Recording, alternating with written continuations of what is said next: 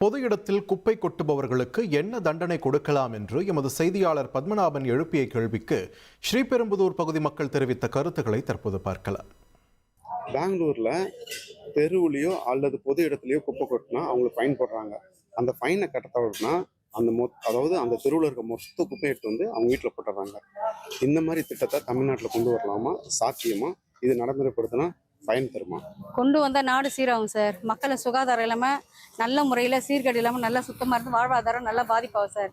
இந்த திட்டத்தை கொண்டு வரதுக்கு 100க்கு 100 நல்லது சார். ஏன்னா பொதுமக்கள் வந்து நாடு சுத்தமாகவும் வீடு சுத்தமாகவும் இந்த மாதிரி ஃபைன் போட்டு நாட்டு கொண்டு வந்து யார் சார் சொன்னதை செய்கிறாங்க? யாரும் சொன்னதில்லை. இந்த திட்டத்தை வந்து பெங்களூரில் போட்டாங்க பாரு, அதே மாதிரி தமிழ்நாட்டுக்கு அந்த திட்டத்தை வந்து கொண்டு வரணும். சட்டத்திட்டத்தை நல்லா தானே இருக்கும். அந்த மாதிரி கொண்டு வந்தால் நல்லா தான் இருக்கும். அப்போ தான் குப்பை இங்கேயும் சேராது.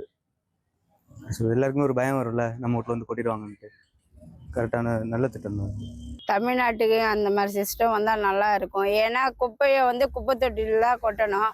ஏன்னா அது குப்பை தொட்டியில் கொட்டாமல் கண்டத்தில் வீசுறதுனால அது எல்லாருமே பாதிப்பாக இருக்குது.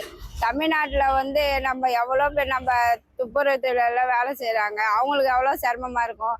குப்பை தொட்டியில் கொட்ட தான் எல்லாருமே வலியுறுத்துறாங்க. ஆனால் அதை யாருமே எடுத்துக்க மாட்டேன்றாங்க. எங்கள் மக்களோட மைண்டில் என்ன இருக்குன்னா, ரோட்டில் குப்பை கொட்டினா யார் கேட்க போகிறா அப்படின்ற ஒரு மெயின் ரீசனே இங்கே பெரிய பிரச்சனையாக இருக்குது. கொட்டினாலாம் வந்து நகராட்சியோ பஞ்சாயத்து எதுவுமே ஃபைன் போட மாட்டாங்க.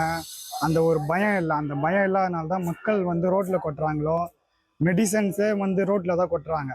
வேஸ்டேஜ் இதுவே. பொது இடத்தில் குப்பை கொட்டுபவர்களுக்கு என்ன தண்டனை கொடுக்கலாம் என்று எமது செய்தியாளர் பத்மநாபன் எழுப்பிய கேள்விக்கு ஸ்ரீபெரும்புதூர் பகுதி மக்கள் தெரிவித்த கருத்துக்களை நாம் பார்த்தோம்.